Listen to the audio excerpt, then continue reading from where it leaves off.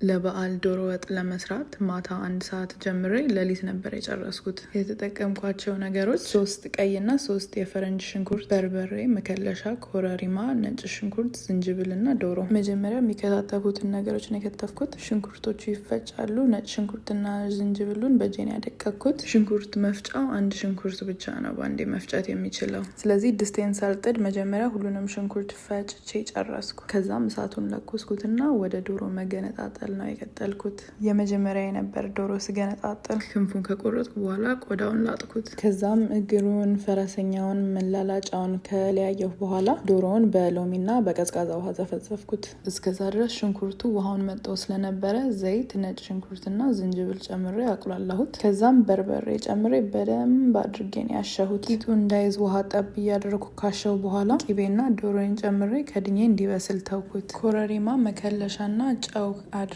ከቀመምኩት በኋላ እንቁላል ቀቀልኩ። እንቁላሉ ሲበስል ልጬ ትንሽ በቢላ ከሰነጠቅኩት በኋላ ዶሮ ውስጥ ጨመርኩት። የሚቀጥለው ቀን ለፋሲካ በዓል ዶሮ ወጡ ተበላ።